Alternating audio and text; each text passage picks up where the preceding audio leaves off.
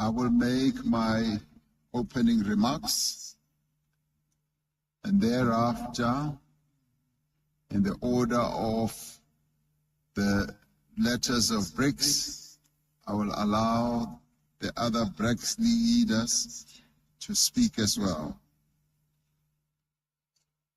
Your Excellency Antonio Guterres, Secretary General of the United Nations, Your Excellency President Azali Assoumani, President of the Union of the Comoros and Chair of the African Union, Your Excellencies, leaders of BRICS nations, Excellencies, leaders of Africa and the Global South leaders, leaders of regional institutions, honorable ministers, Deputy President of the Republic of South Africa, Paul Mashatile. It is a great honor to welcome you all to South Africa for the BRICS Outreach and BRICS Plus Dialogue. When reflecting on the purpose and the role of BRICS in the world today,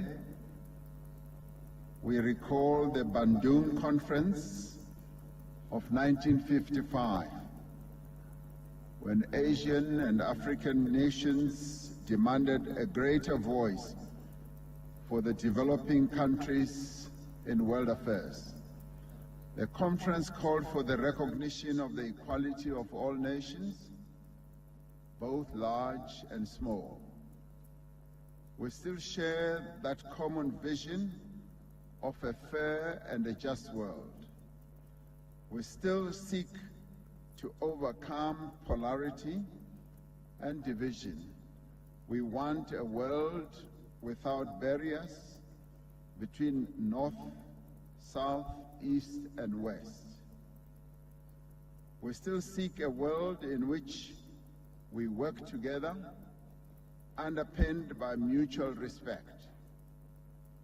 Through the 15th BRICS Summit and this dialogue, we should strive to advance the Bandung spirit of unity, friendship, and cooperation. In South Africa, we have a word that we use to describe friendship, cooperation, and we call that Ubuntu. Ubuntu is a practice based on the understanding that our success, our prosperity, and well-being depends on the success, prosperity, and well-being of others. That is why we also use another South African term about our identities, whilst respecting the identities of others. We often say, I am because you are. And that is a recognition, and that is the respect that we want to accord to one another. We see the BRICS partnership as a catalyst for global growth and development and response to the needs of all nations. It is the right of Africa and the entire global South to fully reap the benefits of global trade and investment. Without trade and investment, our economies cannot thrive and our people's material conditions cannot improve.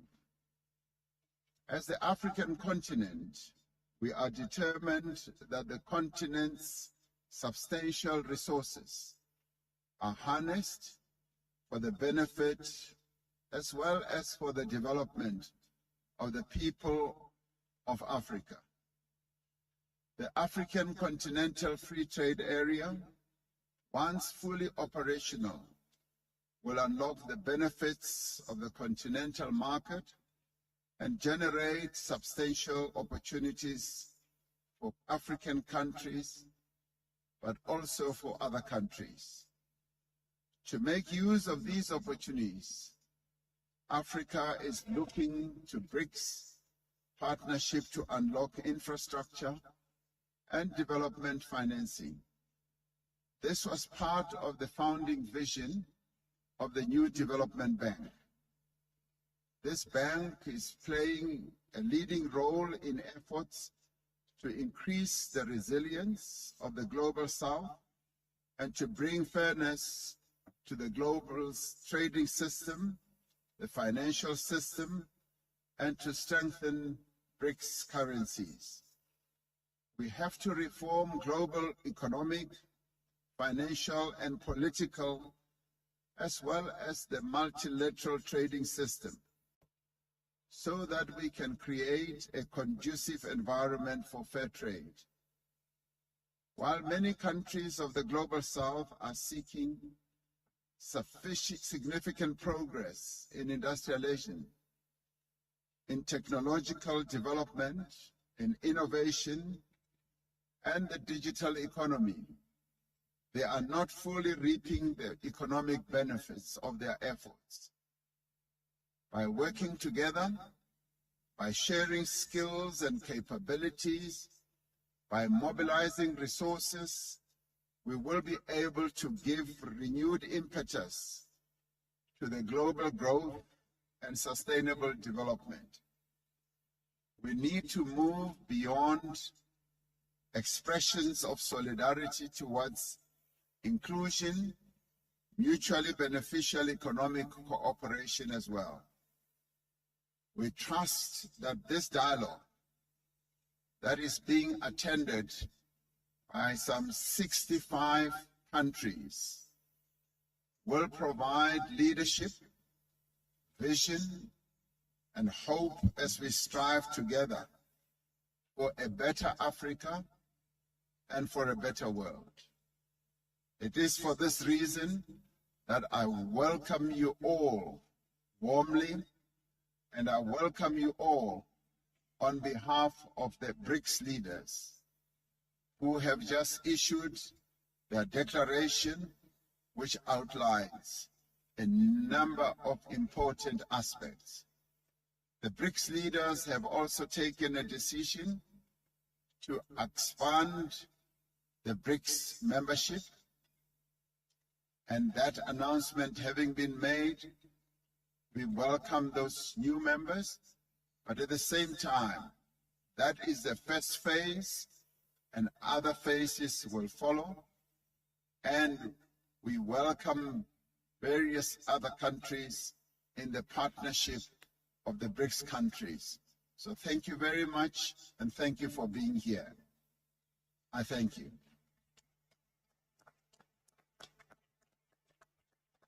Having done that, I now would like to invite President Lula da Silva, the President of the Republic of Brazil, to take the floor.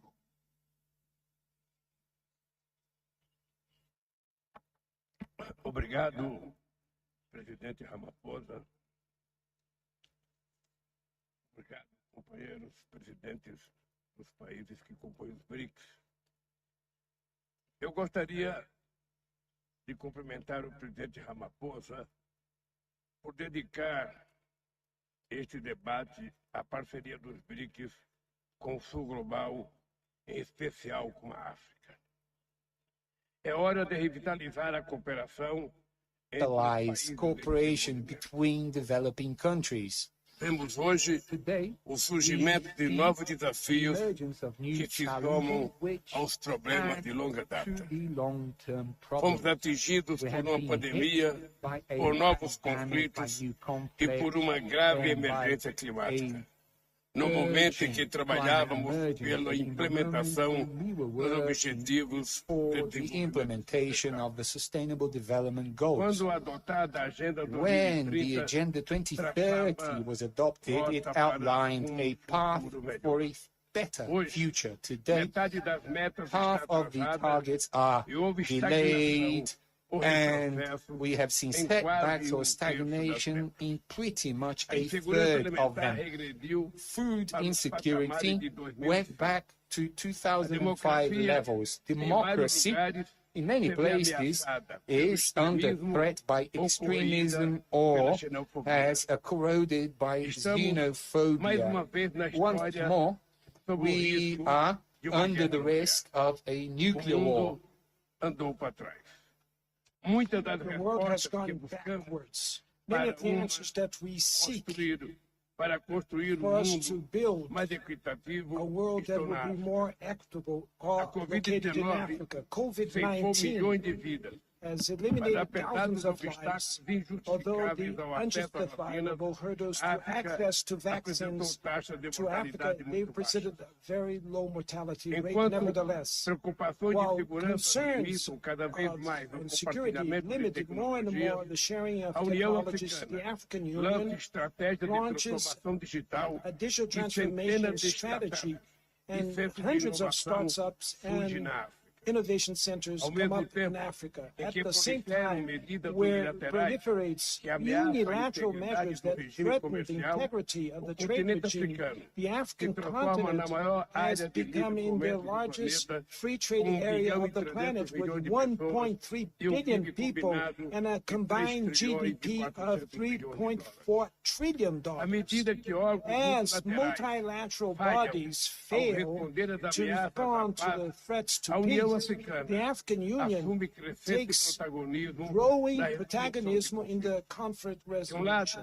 On one hand, excludent alliances are reborn and accelerate tensions, and on the other hand, African countries are getting together to preserve the peace zone and cooperation between the South Atlantic. But as also in other regions, Africa is quite evident the great constraints and refrain that are imposed on the developing countries. The globalization promises were not fulfilled. Many nations see today that are limited by unpayable foreign debt. In the last years, the volume of resources directed to the global south through trade and investments have been diminishing. The greatest part of the world, the developing world, depends on the export of commodities, where the demand is volatile and the goods imports of first needs are very different because the prices went up. At the same time, financial institutions impose high interest rates and conditionalities that narrow the action space of the state. It is impossible to promote sustainable development if the national budget or the public budget is consumed by the foreign debt service. To fight the climate change offers us an opportunity to rethink financing models, trade, and development. The energy transition cannot bring back again the exploitation relationship of the colonial past. We need solutions that diversify and add value to the production of the developing countries. The most evident signal that the planet is becoming a place with more inequality is the growth of hunger and poverty. And this is unacceptable. Although its magnitude, these problems are not treated with the urgency that they deserve. The emissions of the 1% richest part of the world population are 100 times higher than the 50% poorest. As the Kenyan environmentalist Wangari Maathai, winner of the Nobel Peace Prize, we quote, "We would like to put the blame on the poor for the destruction of the environment, but frequently the powerful ones, including the governments, are the true responsible." End of quote. we have sustainable forms to enhance the agricultural output, create income, and offer social protection. And this was what we discussed in the Amazon Summit meeting in the city of Belém in Brazil, in the Amazon region. And this is what we want to discuss with the other countries that have tropical basins like Congo and the Mekong. Brazil will take over the chair of the G20 in December, and we want to put back the inequality reduction as the core of the international agenda, to reduce inequalities. We cannot do that without greater representation from Africa. So that's why we advocate the entrance of the African Union as member of the G20. Now, with my trip to South Africa, and then I will follow to Angola and to São Tomé and Príncipe, I intend to open a new cooperation agenda between Brazil and Africa. Let's go back to our universal vocation and rebuild our historical ties with the developing countries. Prosperity is only full when it is shared.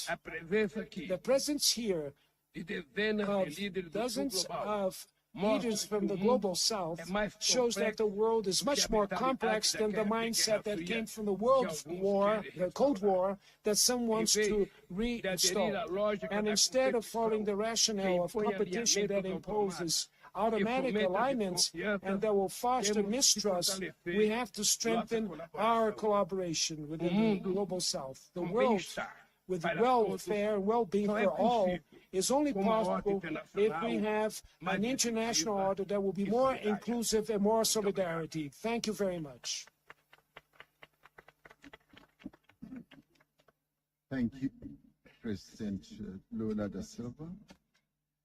I now want to call upon President Vladimir Putin, President of the Russian Federation, who will be addressing us via video conference from Moscow.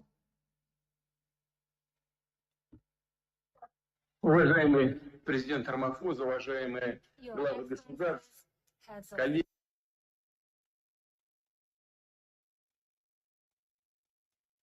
Американское председательство за организацию сегодняшнего столь представительного заседания в формате BRICS плюс Outreach. Такой формат общения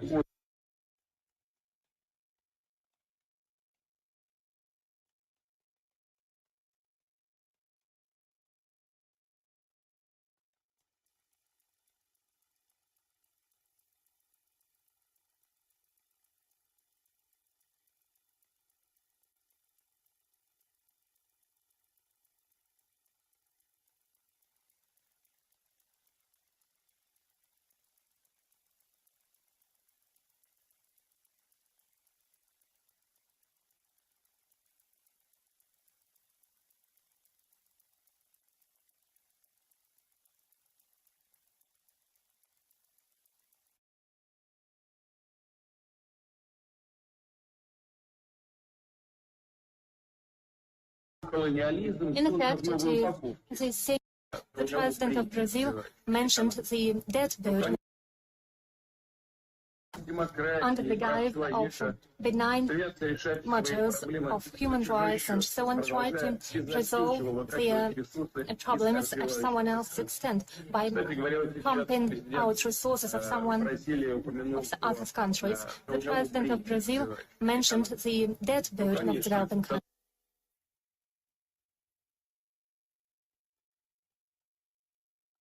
On the other hand, взаимоотношения в сфере кредитных, в сфере кредитов. Credit relations that paying these loans off is almost impossible, and it looks not like loans, but as contributions. The world order is threatened by the radical neoliberalism imposed by some countries that is aimed at eliminating traditional values that matter for all of us I'm talking about the value of family, respect for national and religious traditions. They try to do so to serve their own interests, and some countries even justify extremism, xenophobia, and connive with terrorists. The global majority, represented by countries present here, is getting increasingly tired of all sorts of pressure or manipulations. But it is ready for equal and mutually respectful cooperation.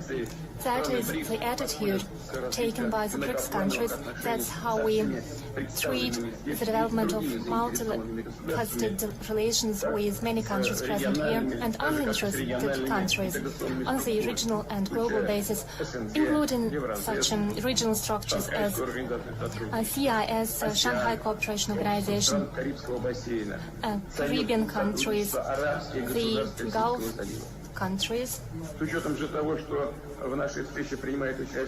Bearing in mind that most African countries participate in today's event, today BRICS focus is on Africa. And we in Russia can only welcome it. We believe it is right, especially so as it is the Republic of South Africa that holds the chairship. Many dear friends, we met with many of you quite recently in St. Petersburg at the second Russia-Africa summit, where we held constructive discussions. In St. Petersburg, we reaffirmed that Russia and Africa have ever stronger friendly ties and mutually beneficial relations. The foundation for these relations was laid in the times when the African continent was struggling for its independence. We value that African countries have a friendly attitude to the Russian country, and in exchange Russia is interested in further deepening its multifaceted ties with the African continent. We will actively promote these ties, translate them in practical cooperation in various fields. Our particular focus lies on providing African countries and the world market with grain and fertilizers. We have all opportunities to make our contribution to the global efforts to resolve the hunger problem and not to allow the food crisis.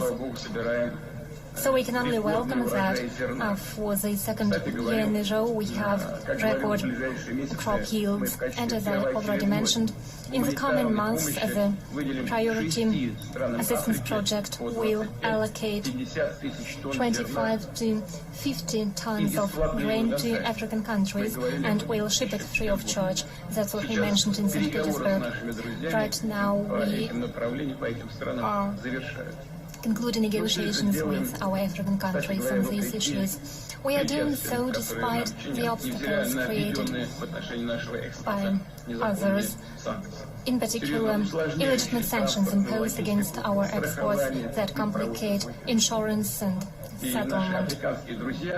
Joseph, that our African friends can rest assured that Russia will always remain a reliable food supply and will continue to support the countries most in need.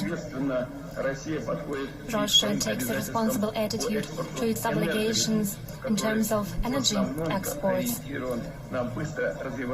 Largely, these exports are oriented on the emerging markets.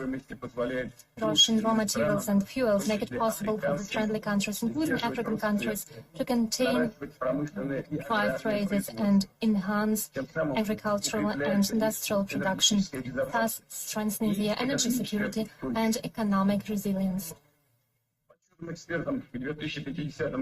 According to some estimates, by 2050, world population will rise by 1.7 billion people, and the energy supply will raise by 22%. So it's obvious that for the foreseeable future, there is no alternative to coal or hydrocarbons, meaning that the energy transition that is necessary The energy transition to low-emission economy should take place in a gradual and balanced manner. It should be well calculated, taking into account national peculiarities and possibilities of the respective countries. By the way, some countries are already facing the effects of the efforts of the mistakes they committed when planning this energy transition, and the problem is exacerbating. We see a solution in effective use of all energy resources while implementing clean technologies. And obviously, together with our BRICS partners, we stand for strengthening the equal and technological cooperation in such fields as the use of renewable energy sources and in other important areas, including development of new types of atomic reactors, promotion of hydrogen technologies, and so on. By the way, in these fields, Africa is our priority partner. Currently, in different fields, we are working on about 30 projects with participation of Russia. In 16 states, we are operating in a very active manner. In Egypt, for example, Rosatom is working on construction of Daba, a nuclear power plant, and the total capacity of our energy projects amounts to 3.7 gigawatt. Over the past 2 years, there has been an increase by 2.6% of the exports of Russian raw materials, petrol products, and liquefied natural gas, 2.6% rise. The exports of food, energy resources, cooperation in other economic fields, as well as in the fields of culture, education, sports. All of these applies not only to Africa, but also to other regions, and naturally to the countries invited for the BRICS outreach countries. We will build constructive win-win relations with everyone. We will enhance partnership, and our country has a lot to offer. In this regard, let me note that next year, Russia will assume BRICS chairship, and upon instruction of our colleagues, we will ensure the working conditions and the work with the countries that cooperate with us within the BRICS Plus and BRICS outreach formats. Dear colleagues, by way of concluding, I'm confident that the current meeting would be very useful. It will help bolster friendly relations between the BRICS 5 countries. But next year, there will be an increasing number of new members. It will help galvanize cooperation on various tracks. Thank you for your attention.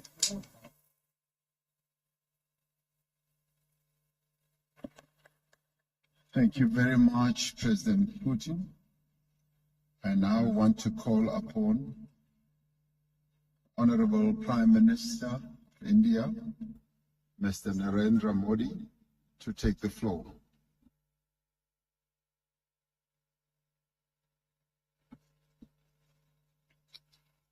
Excellency, Africa की भूमि पर आप सभी मित्रों के बीच उपस्थित होकर मुझे बहुत प्रसन्नता हो रही है। मैं राष्ट्रपति रामाफोसा का हृदय से अभिनंदन wholeheartedly thank President Ramaphosa that in the BRICS Outreach Summit, he has given us the opportunity to share views with countries of Africa, Asia, and Latin America. In the last 2 days, in all of our discussions in BRICS, we have laid emphasis on the priorities and concerns of the countries in the Global South. We believe that according special attention to these issues by BRICS is a need of the current times. We have also decided to expand the BRICS Forum. We welcome all the new member countries. This will make global institutions and forums more representatives and inclusive, and this is one step towards such efforts of ours. When we use the term Global South, it is not just a new diplomatic term.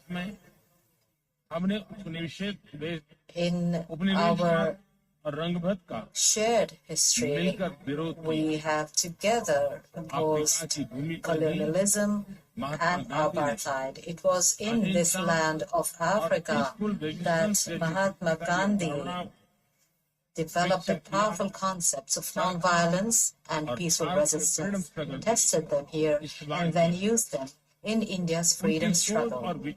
His thinking and ideas inspired great leaders like Nelson Mandela. Based on this strong history, we have given a new shape to our modern relations. Excellencies, India has accorded high priority to its relations with Africa. Along with high-level meetings, we have opened 16 new embassies and high commissions in Africa. Today, India is Africa's fourth largest trade partner and fifth largest investor. Whether it is power projects in Sudan, Burundi, and Rwanda, or sugar plants in Ethiopia and Malawi, whether it is technology parks in Mozambique, Cote d'Ivoire, and Eswatini, or campuses established by Indian universities in Tanzania and Uganda. India has always accorded priority to capacity building and infrastructure development in African countries. Under the Agenda 2063, India is a reliable and close partner in Africa's journey to make Africa a global powerhouse of the future. In order to tackle the digital divide in Africa, we have granted more than 15,000 scholarships in the area of teleeducation and telemedicine. We have constructed defense academies and colleges in Nigeria, Ethiopia, and in Tanzania. We have deployed teams to Botswana, Namibia, Uganda, Lesotho, Zambia, Mauritius, Seychelles, and Tanzania to provide training. Approximately 4,400 Indian peacekeepers, that include women as well, are contributing to restoring peace and stability in Africa. In the fight against terrorism and piracy as well, we are also working together with African countries. During the difficult time caused by the COVID pandemic, we supplied food products and vaccines to several countries. We are now also working together with African countries on joint manufacturing of COVID and other vaccines. Whether it is cyclones in Mozambique and Malawi or floods in Madagascar, India has always stood shoulder to shoulder with Africa as a first responder. Excellencies, from Latin America to Central Asia, from West Asia to Southeast Asia, from the Indo-Pacific to the Indo-Atlantic, India sees all countries as one family. Vasudhaiva Kutumbakam, which means the whole world is a family, has been for thousands of years the basis of our lifestyle. This is also the theme of our G20 presidency. In order to mainstream the concerns of the Global South, we have invited 3 African countries and several developing countries as guest countries to the G20 summit. India has also proposed permanent membership of the African Union to the G20. Excellencies, I believe that BRICS and all the friendly countries present here today can work together to strengthen a multipolar world. In order to make global institutions representative and to keep them relevant, they can help ensure progress in their reforms. Counterterrorism, environment security, climate action, cyber security, food and health security, energy security, building resilient supply chains are matters we all have equal interest in. They represent unlimited opportunities for cooperation. I invite all of you to participate in our international initiatives such as the International Solar Alliance, One Sun, One World, One Grid, the Coalition for Disaster Resilient Infrastructure, One Earth, One Health, the Big Cat Alliance, and the Global Center for Traditional Medicine. I invite all of you to join India's digital public infrastructure stack to benefit from it for your development. Yesterday, we will be very pleased to share with you our experience and capabilities in this area. I am sure that our shared efforts will give us new confidence to address all challenges together.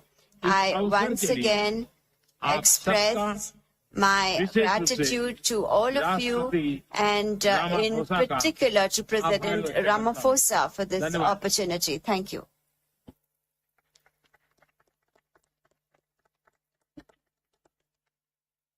Thank you very much, Prime Minister Modi.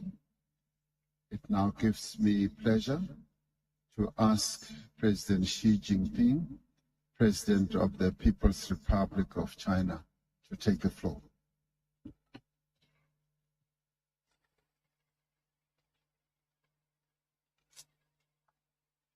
尊敬的拉玛普萨总统 Your Excellency President Ramaphosa, dear colleagues, 感谢拉玛普萨总统 let me 主持 begin 这次对话会 by thanking President Ramaphosa for preparing the dialogues. 从各位 I 嘉 am 宾会 delighted 面 to join you 共 all 商 in this 全球 discussion 发展大 on 局 global development. 发展承载着 Development 人民对美 embodies 好 our 生活的 people's 向往， aspiration for a better life.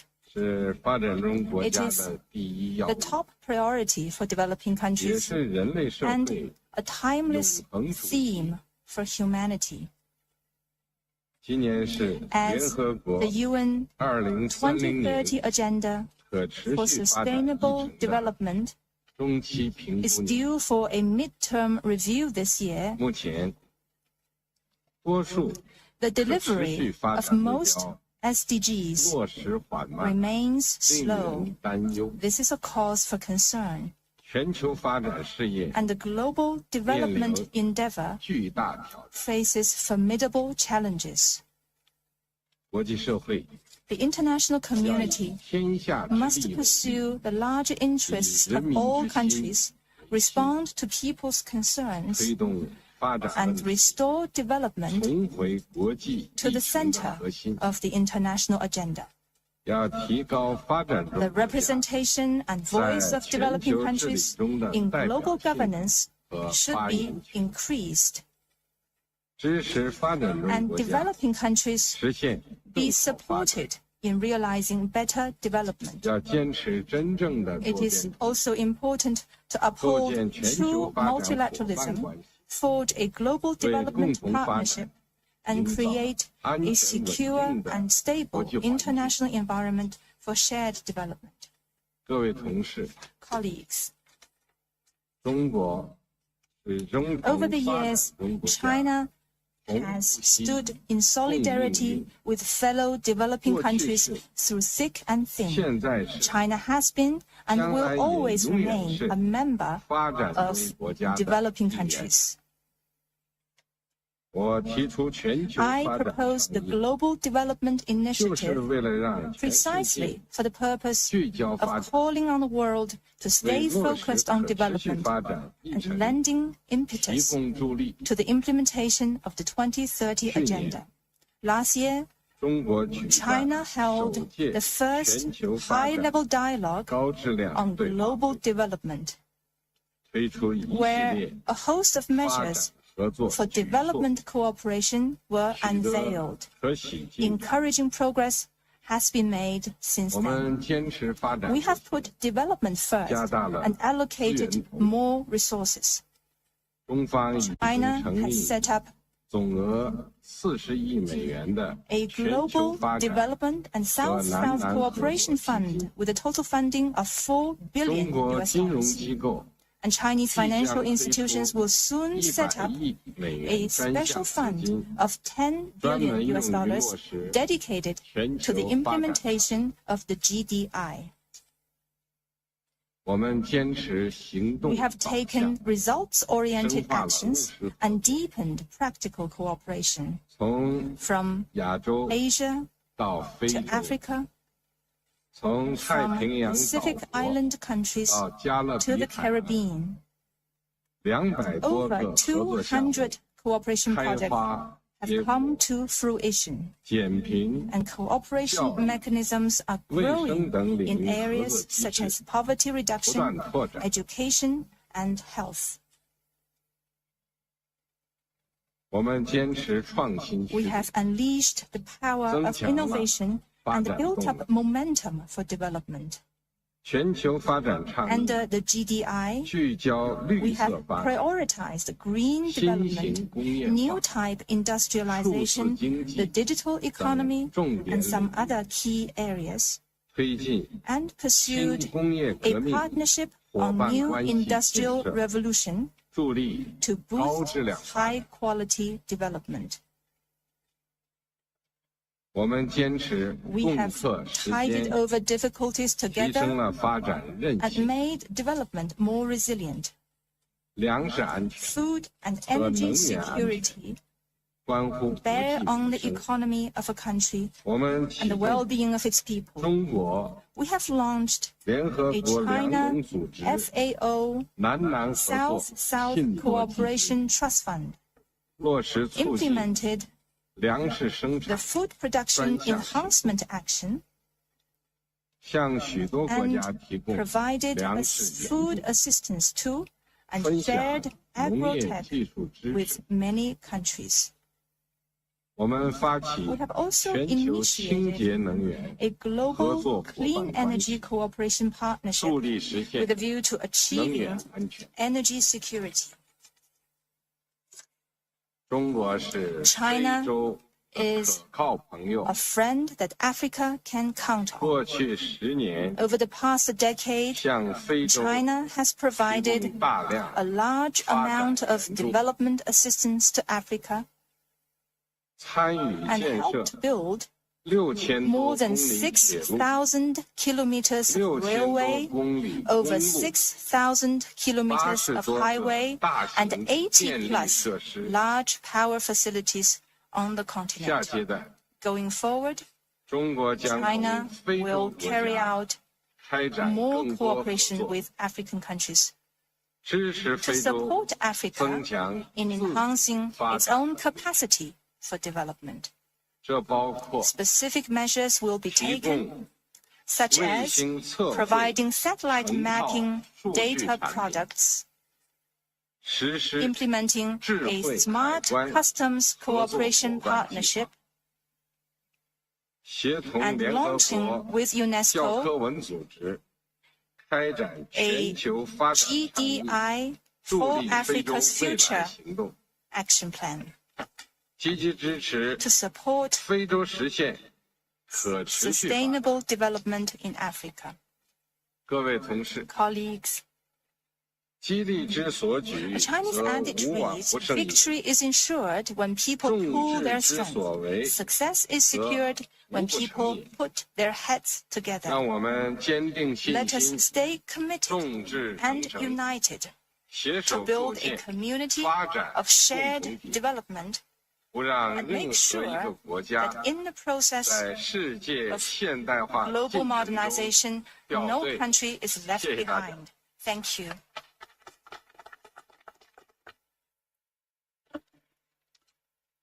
Thank you, President Xi Jinping. We also have the privilege of having the Secretary General of the United Nations, and I now call upon Secretary General Antonio Guterres to address us. Distinguished heads of state and government, excellencies, ladies and gentlemen. Let me begin by thanking President Cyril Ramaphosa. We take great inspiration from the Rainbow Nation's extraordinary path to unity through action and justice. That is what our world needs. Unity for action and unity for justice. We are confronting existential challenges. The climate crisis is spiraling out of control.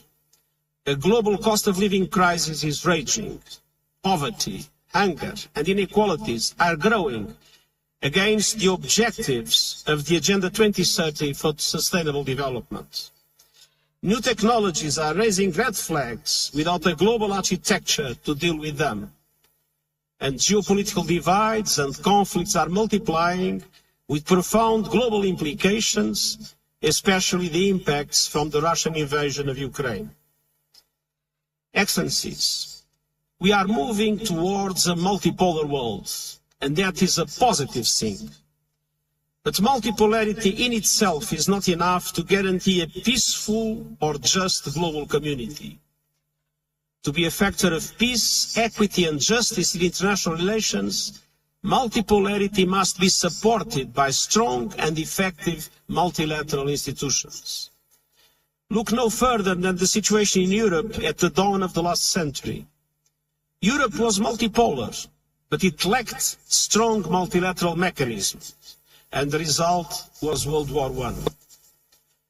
As the global community moves towards multipolarity, we desperately need, and I have been vigorously advocating for, a strengthened and reformed multilateral architecture based on the UN Charter and international law. Today's global governance structures reflect yesterday's world. They were largely created in the aftermath of World War II, when many African countries were still ruled by colonial powers and were not even at the table. And this is particularly true of the Security Council of the United Nations and the Bretton Woods institutions.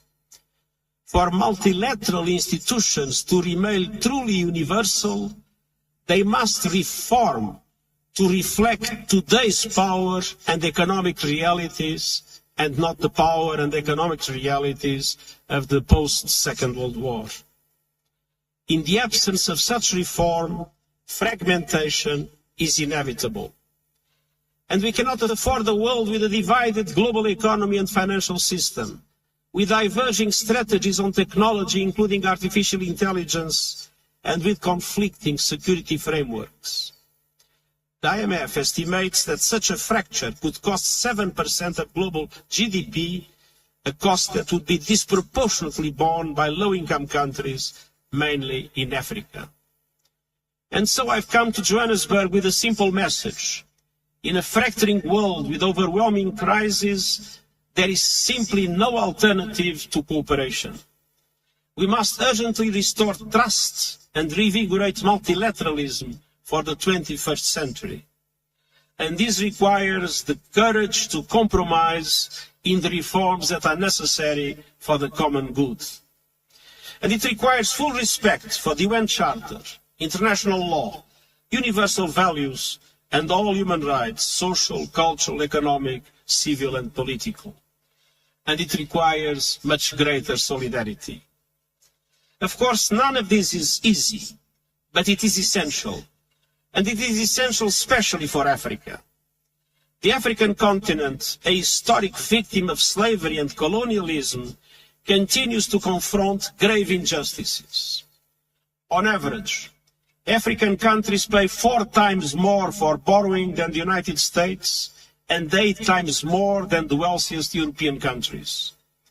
And African countries accounts for just 4% of global greenhouse gas emissions, but it is an epicenter of climate chaos, suffering disproportionately impacts of climate change.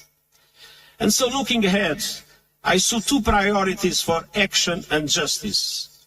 First, on the economic front. Redesigning today's outdated, dysfunctional and unfair global financial architecture is essential, but I know it won't happen overnight. Yet we can and must take practical action now. The Sustainable Development Goals stimulus I have proposed, an effective debt workout mechanism, and other steps necessary to multiply the resources available for developing countries are vital for sustainable development in Africa and to give options to African governments to support the development of their peoples. We must also drastically step up climate action and climate justice. I have put forward a Climate Solidarity Pact in which developed countries provide financial and technical support to help emerging economies in Africa and beyond to promote an equitable and just transition to renewable energy. And I have presented an acceleration agenda to boost these efforts, with developed countries committing to reach net zero emissions as close as possible to 2040 and developing countries as close as possible to 2050. And developed countries must also finally keep their promises to developing countries by meeting the 100 billion goal, doubling adaptation finance, replenishing the Green Climate Fund, and operationalizing the Loss and Damage Fund this year. And as a matter of justice, Africa must be considered a priority in all these efforts. Excellencies, we will not solve our common challenges in a fragmented way. Together, let us work to advance the power of universal action, the imperative for justice, and the promise of a better future, and I thank you.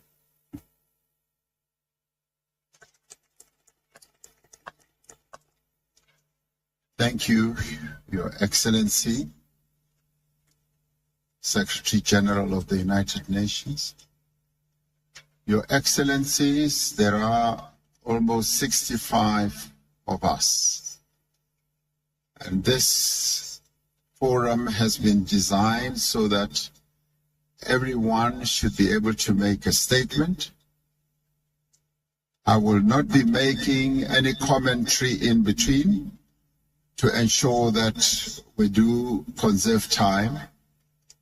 I similarly would like to request that when we speak, we should remind ourselves of the time limit that we have put aside for each one of us to speak. So I do beg for your indulgence in that regard. My next speaker will be His Excellency Azali Assoumani, President of the Union of Comoros, but also the Chair of the African Union. President Assoumani. Merci beaucoup, Monsieur le Président, mes chers frères.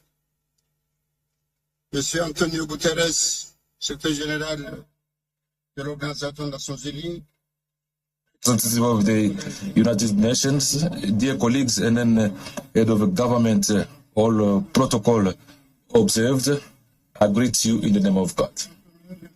It's an honor for me to take part in this gathering and then to bring the contribution of the African Union to this exchange, to this forum. And I'm hoping that this is going to be very fruitful for the countries that we're representing here.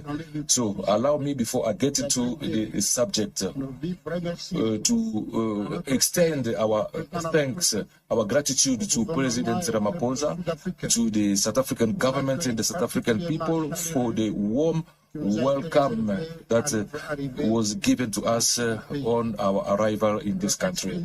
So we're also expressing our gratitude for all the measures that have been taken to facilitate our meetings and then make our stay here in South Africa most enjoyable. The land of Nelson Mandela, our biggest leader, a figure who's making the continent very proud. So, dear delegates, the African Union that I have the honor to come and represent here this year, 2023, so is giving a very important meaning to work with countries in BRICS. So, it considering that as a very most important opportunity for countries to explore together the areas of cooperation that would be beneficial to all of us. And then for that, to see how the bloc can also expand to other African countries, it's a process that will contribute to multiply benefits associated to this cooperation. So various capacity of BRICS in various sectors, it's a very important benefit that will foster the growth and the development of the African continent. So today, Africa is faced with many challenges, especially to the issue of food security, which is something we cannot accept because our continent, which possesses 70% of arable land in the world, is registering a deficit every year in the area of food security, ranging up to $200 billion. So BRICS, with its multi-form capacity, can help the Africa to become independent in the area of food security by putting in place new technologies to improve the sector of agriculture. So Africa is also faced with the issue of industrialization because the continent has got enormous reserves of raw material, but unfortunately they do not have a capacity to exploit and then transform these minerals on our African continent. So the collaboration between BRICS and Africa would allow to develop production units and transformation units in the area of a big program of industrialization that will favor the green transition. Finally, on the pharmaceutical sector, BRICS has got a capacity to develop a partnership with Africa in order to promote research in the pharmaceutical area, but as well encourage the increase of pharmaceutical product. The example of vaccines in South Africa, especially during COVID, that has demonstrated that African countries, not only they've got techniques and necessary technologies, but they also have a capacity to contribute to the world efforts to improve the So I'd like to take this opportunity to reiterate the availability of the African Union in this partnership between BRICS and the African Union. It's a frank partnership that will last longer and win-win. So, ladies and gentlemen, trade relations between Africa and BRICS are multidimensional. So they are illustrated in many advantages that are linked in the South-South Summit. It's important to underline that the BRICS represent one of the major trade partners in our continent, and our economic weight constitutes it's something major that cannot be compared with something else in the world. So African countries wish in the area of this partnership and then funding that will be created by BRICS, such as the new development bank, which the objective is to fund development projects while underlining sustainability. At the moment where our continent is trying to go through some reforms in world financial infrastructure, we are urging BRICS to play a role of a pressure group for those reforms, and also reform, structural reforms, and deeper. The world financial architecture are very important to respond to the needs that are not being taken account into the world architecture. With regard to debt, that is putting African countries in trouble. So the African Union has put in place a working group in order to propose means so that to see how to sort out this African debt.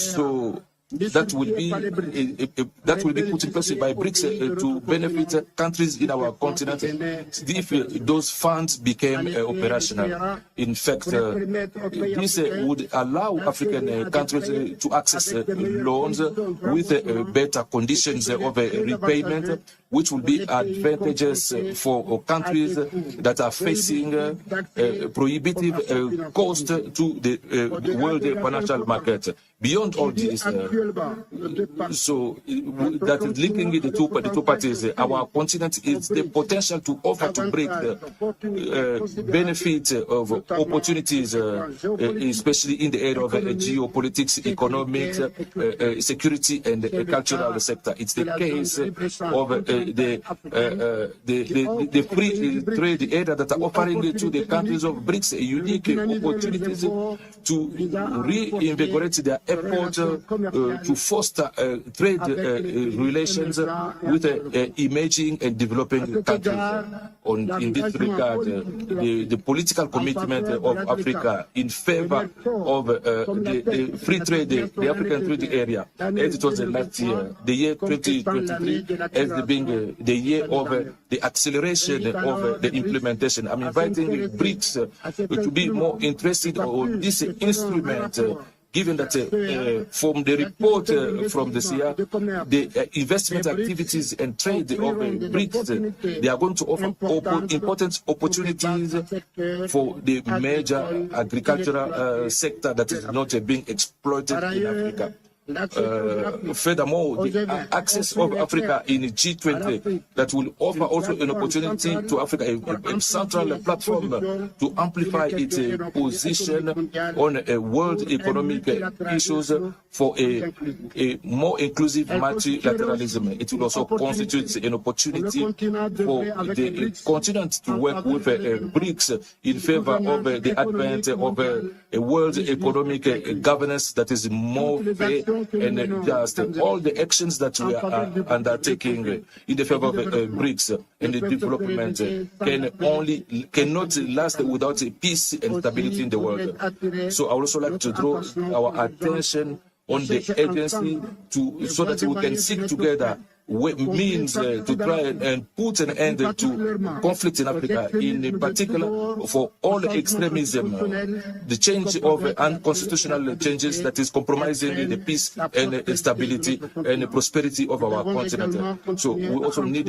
to continue to encourage Russia and Ukraine to put an end to war that is opposing them, given that the consequences of this war is not only affecting Europe, but is also affecting the world in general. So, ladies and gentlemen, opportunities are given to us today to put together our effort to continue to make this world more just and prosperous by working together in a synergy to build a new partnership, frank and then balance based on complementarity and not on a form of dependence. And only with that we can constitute a very important force in the world scene, so that we can deal with challenges that our countries are facing, and then to reach a peace, stability, and economic growth. Thank you.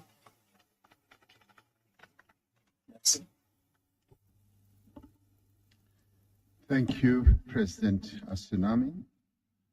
I now want to call upon His Excellency President Evariste Ndayishimiye, President of Burundi, and also the Chair of the East African Community. President. Thank you, Your Excellency, Mr. Cyril Ramaphosa, President of South Africa. Dear brother, Excellence, Head of State and Government, member and friend of BRICS, Your Excellency, Antonio Guterres, Secretary General of United Nations, Excellencies, ladies and gentlemen, and participants, all protocol observed. Aren't grace, I say grace to God who has all gathered us in this space in Johannesburg. Allow me to express my deepest gratitude to the government and to the South African people for having invited my government with the team, with the impulsion of Africa at the Center of Exchange, as well have for the warm welcome to my and my delegation. Excellence, ladies and gentlemen, this summit comes at a particular moment. The world is experiencing an economic crisis, geopolitical and security as well. This summit offers an supported by their many friends to think of the collective response with the challenges that we are faced with by putting in place a principle of mutual respect, equality, solidarity, and then openness and inclusivity. As opposed to what others can think, I consider that the coalition with BRICS, it's a way to fast-track the common project and then to expand the circle of friends and also members. So this coalition is to create an order in diversity in order to face the world challenges of the moment. Burundi is subscribing to the main conclusions that came out on sectoral meetings aiming in the promotion of South-South cooperation, the reinforcement of mutual partnership with Africa in a multi-polar world, also in the area of a free trade area. So, the enlargement of multilateralism to stimulate the reforms in governance and in world institutions. Excellence and ladies and gentlemen, Burundi is the conviction that its independence can only be effective without a real economic independence. That's the reason why, on the basis of opportunities that Burundi is offering, so we have set ourselves a new vision to make Burundi an emerging country for the horizon 2040 and then a developed country to the 2060 horizon. This vision is opposed on the commitment of the Burundian government to develop and diversify the national economy, and that is stimulating the production in order to increase exports. to achieve that, Burundi would like to link new partnership and then reinforce the partnership, and that is mutually beneficial with the members and then the friends of the BRICS in order to improve our performance. In the mining sector, Burundi is still not exploited. That is one of the sectors that is promising, on which Burundi is counting to improve its economy, technology, and manufacturing industry remain big challenges in my country, even though we have a large labor force in the country. The government of Burundi is ready to cooperate with serious partners who would wish to support development efforts and invest in Burundi to fast-track socio-economic development in Burundi. We are hoping in a fruitless collaboration with the new development bank in order to increase the production of energy, development of infrastructure, digital economy, and then the exploitation of mineral resources. Excellencies, ladies and gentlemen, I came to participate in this summit of BRICS because I strongly believe that it's an opportunity in the world, it's a new chapter in the world, in the history of the world economy, in the manner that it's going to open several opportunities and then a new paradigm. There's a lot to be said in such circumstances, but allow me to mention the significant changes are taking place in the world. So my country is on the side of those who are calling for new reforms of the world governance, in particular in a decision-making institution such as the United Nations Security Council. So we are hoping that the voice of member and friend of BRICS will be finally heard. Excellency, ladies and gentlemen, to conclude, my country is reaffirming its commitment to play a role in this changing of the new world order, to have a world that is a peaceful, where there is equality and prosperity. So we are also reiterating our thanks to all members of the BRICS for the invitation that they've extended to us to come and participate. So then we are hoping that the conclusions of these meetings would be beneficial for BRICS and then also the world. I thank you for your attention. Thank you.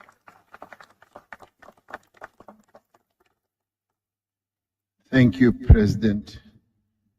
I now want to call upon His Excellency, President Miguel Diaz-Canel, the President of the Republic of Cuba, also Chair of the Group of 77.